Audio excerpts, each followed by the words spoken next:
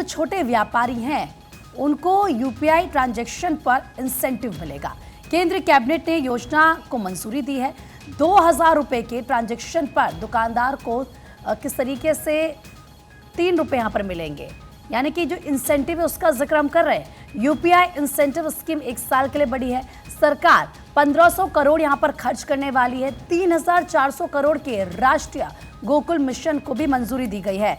और देखिए किस तरीके से, आपको बता दें कि केंद्र सरकार ने कल यूनिफाइड पेमेंट इंटरफेस यानी कि यूपीआई को प्रमोट करने के लिए इंसेंटिव स्कीम को 1 साल के लिए बढ़ा दिया है और ये स्कीम 31 मार्च 2026 तक जारी रहेगी और इस पर 1500 करोड़ रुपए खर्च होंगे। सुनिए। हमारा जो पेमेंट सिस्टम है वो पेमेंट सिस्टम एक ऐसा पेमेंट सिस्टम है जो कि गरीब से गरीब व्यक्ति, हर मिडिल क्लास व्यक्ति, हमारे नौजवानों को और सबके लिए एक टोटली नया जीने का तरीका, ट्रांजैक्शंस का एक नया तरीका इस पेमेंट सिस्टम ने बनाया है। तो इसमें इस पूरे प्रोसेस को कैसे हमारे यूजर्स पे, कस्टमर्स पे कोई भार ना पड़े, इसीलिए आपको ध्यान होगा 2020-21 के बाद में से यूपीआई में एक नया सिस्टम चालू किया गया था जिसमें to make sure that the customers don't have to pay any MDR और the small merchants don't have to pay any MDR, एक गवर्नमेंट की तरफ से इंसेंटिव स्कीम क्रिएट की गई थी। और देखिए तमाम अखबारों के फ्रंट पेज पर इस खबर को जगह दी गई है कि यूपीआई से 2000 तक के लेन देन पर छूट 1 वर्ष बढ़ी और ये हेडलाइंस में जगह दी गई है। और केंद्र ने मंजूर की 1500 करोड़ रुपए की प्रोत्साहन योजना। केंद्रीय मंत्री अश्विनी वैष्णव को आप सुन रहे थे, तमाम बातों का जिक्र उनकी तरफ से किया गया। केंद्र सरकार ने 2000 रुपए तक यूपीआई लेन देन को अगले साल तक शुल्क मुक्त रखने का फैसला लिया है और बुधवार को कैबिनेट की बैठक में मर्चेंट डिस्काउंट रेट और लागत मुफ्त डिजिटल लेन देन के लिए प्रोत्साहन योजना के तहत 1500 करोड़ रुपए की मंजूरी दी गई। चलिए खबरों में अब आगे बढ़ते और अगली बड़ी खबर का भी जिक्र कर लेते हैं। महाराष्ट्र से खबर है। महाराष्ट्र के जवाहरलाल नेहरू पोर्ट ट्रस्ट के लिए 6 लेन प्राइवेट हाईवे प्रोजेक्ट को कैबिनेट से मंजूरी मिल गई है। 4500 करोड़ की लागत से इसका निर्माण होगा। तो देखिए एक बड़ी जानकारी आपको दे रहे हैं, जहां महाराष्ट्र के जवाहरलाल नेहरू पोर्ट ट्रस्ट के लिए 6 लेन हाईवे प्रोजेक्ट को कैबिनेट की मंजूरी मिली है और 4500 करोड़ की लागत से इसका निर्माण होगा। तो ये बड़ी और अहम जानकारी आपको दे रहे हैं। और देखिए तमाम अखबारों में भी इसका जिक्र किया गया है कि किस तरह से सरकार ने महाराष्ट्र में जवाहरलाल नेहरू बंदरगाह JNPA से चौक तक करीब 30 किलोमीटर तक लंबे 6 लेन के ग्रीनफील्ड राजमार्ग के निर्माण को मंजूरी दी है। और प्रधानमंत्री नरेंद्र मोदी की अध्यक्षता में आर्थिक मामलों की मंत्रिमंडलीय समिति ने JNPA पोर्ट के लिए इस हाई स्पीड मार्ग के निर्माण को मंजूरी दे दी है। तो ये बहुत महत्वपूर्ण हो जाता है। और इसी के साथ साथ बैठक के बाद सूचना प्रसारण मंत्री अश्विनी वैष्णव ने पूरी जानकारी शेयर की। उन्होंने बताया कि किस तरह से इस पर आगे काम होने वाला है, लागत क्या कुछ है। परियोजना की का जिक्र करें तो परियोजना पे कुल जो है वो 4500 करोड़ रुपए की लागत आने का अनुमान है। तो चलिए अब बात असम की करते हैं। आगे बढ़ते हुए आपको बता दें कि असम में नए यूरिया प्लांट को केंद्र की मंजूरी मिल चुकी है। साल में 12.7 लाख टन यूरिया प्रोडक्शन होगा। असम के कामरूप में बनेगा अमोनिया यूरिया यूनिट। तो वहीं महाराष्ट्र में 6 लेन ग्रीनफील्ड हाईवे भी बनाया जाएगा। तो जो मंजूरी दी गई है उस खबर का इस वक्त हम जिक्र कर रहे हैं। और देखिए इससे कितना फ़ायदा होगा। सीधा अगर हम असम की बात करें, जो नया यूरिया प्लांट है जब वहाँ पर बनेगा तो जाहिर सी बात है इस प्लांट के बनने से वहाँ के लोगों की ज़िंदगी पर सीधा सीधा असर पड़ेगा। अब देखिए असम में क्योंकि 10,601.4 करोड़ की लागत से नया यूरिया प्लांट लगाया जाएगा और यहाँ साल भर में 12.7 लाख टन यूरिया का प्रोडक्शन सीधा सीधा होगा। इसके अलावा महाराष्ट्र में बिल्ड, कॉर्पोरेट और ट्रांसफर यानी कि BOT मोड पर 6 लेन ग्रीनफील्ड हाईवे को मंजूरी दे दी गई है। साथ ही यूनिफाइड पेमेंट इंटरफेस जिसका जिक्र थोड़ी देर पहले हम कर रहे थे, यूपीआई को प्रमोट करने के लिए इंसेंटिव स्कीम को 1 साल के लिए बढ़ाया गया है। तो जो बड़े फैसले लिए गए हैं उन खबरों का इस वक्त हम जिक्र कर रहे हैं कि आखिर मोदी सरकार की तरफ से वो कौन से बड़े फैसले हैं जिससे सीधा सीधा इन तमाम राज्यों को फायदा होगा।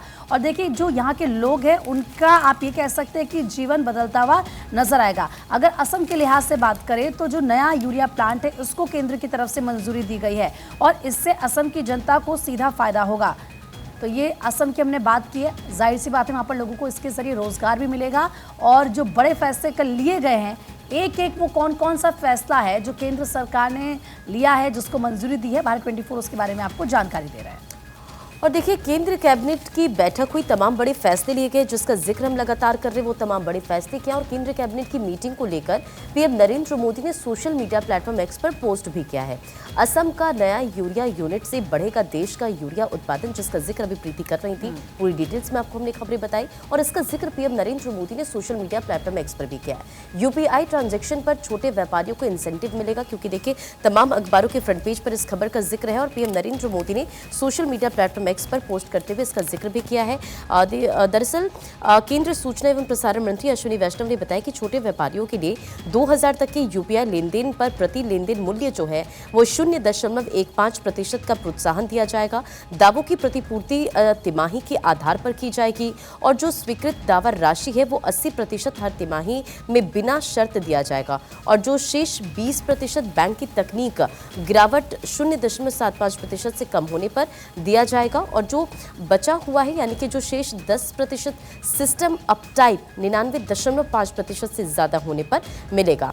तो ये एक महत्वपूर्ण फैसला लिया गया है। आपको ये भी बता दें, जब कोई ग्राहक यूपीआई से भुगतान करता है तो संबंधित बैंक, वित्तीय तकनीक मुहैया कराने वाली कंपनी, इसी के साथ साथ भुगतान सेवा बैंक और थर्ड पार्टी ऐप के कर्मचारी की निगरानी में भुगतान का पूरा जो लाभ होता है वो इसमें होता है। तो इन तमाम बातों का जिक्र प्रधानमंत्री की तरफ से बिल्कुल। और देखिए, क्योंकि हम बार बार इन फैसलों का जिक्र कर रहे हैं, इससे पहले हमने आपको बताया कि जो यूरिया प्लांट है, नया प्रोजेक्ट असम में शुरू होगा। एक बार उसके बारे में अगर विस्तार से आपको दे दें जानकारी, तो यह है कि एक जॉइंट वेंचर है, और इस प्रोजेक्ट के शुरू होने से उत्तर पूर्व के राज्यों के अलावा बंगाल को भी सीधा सीधा लाभ मिलेगा। सिर्फ असम या फिर जो नॉर्थ ईस्ट के स्टेट हैं उनको ही नहीं, बल्कि आप देखिए बंगाल को भी इससे फायदा होगा।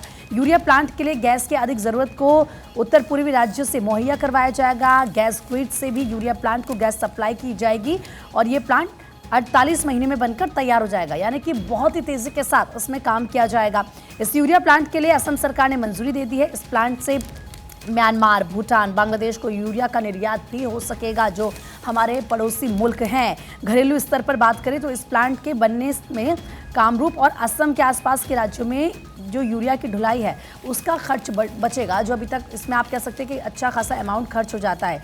इसके अलावा आप देखिए किस तरीके से नामरूप में मौजूद Brahmaputra valley fertilizer corporation limited के मौजूदा कॉम्प्लेक्स में एक नया brownfield ammonia urea complex Namrup I V fertilizer plant लगाने को मंजूरी दी गई है, और इस परियोजना से उत्तर पूर्व क्षेत्र में यूरिया की उपलब्धि में महत्वपूर्ण बदलाव किए जाएंगे।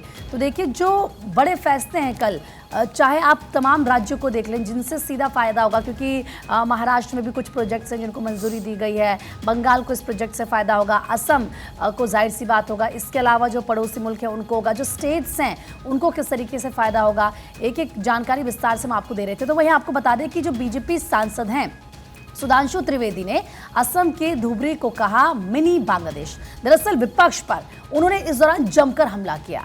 बचाव में उतरे अमित शाह, कहा कि भाषण में किसी सदस्य पर व्यक्तिगत टिप्पणी नहीं। दरअसल आप देखिए, जब हम देखते हैं कि आरोप प्रत्यारोप का दौर शुरू होता है तो किस तरीके से विपक्ष की आप बात कर लीजिए, सत्ता पक्ष की आप बात कर लीजिए, एक दूसरे पर जमकर निशाना साधते हैं। अब ऐसे में विपक्ष ने भी जमकर कल पलटवार किया, जब सुधांशु त्रिवेदी की तरफ से ये कहा गया, जो उन्होंने भाषण दिया जिसमें जिस बात का वो जिक्र कर रहे थे, विपक्ष को घेर रहे थे, फिर उनके स्टेटमेंट पर जाहिर सी बात है यहाँ पर बवाल होना था, और वैसा ही हुआ। विपक्ष ने उनको घेरा तो फिर गृह मंत्री अमित शाह ने बचाव किया, वो बचाव में उतरे, और उनकी तरफ से ये कहा गया कि भाषण में किसी सदस्य पर निजी टिप्पणी नहीं की गई। तो असम के धुबरी को मिनी बांग्लादेश कहा गया, और विपक्ष ने जमकर हंगामा किया। बचाव में उतरे अमित शाह, और अमित शाह का स्टेटमेंट ये रहा कि भाषण में किसी सदस्य पर व्यक्तिगत टिप्पणी नहीं चली। खबरों में आगे बढ़ेंगे।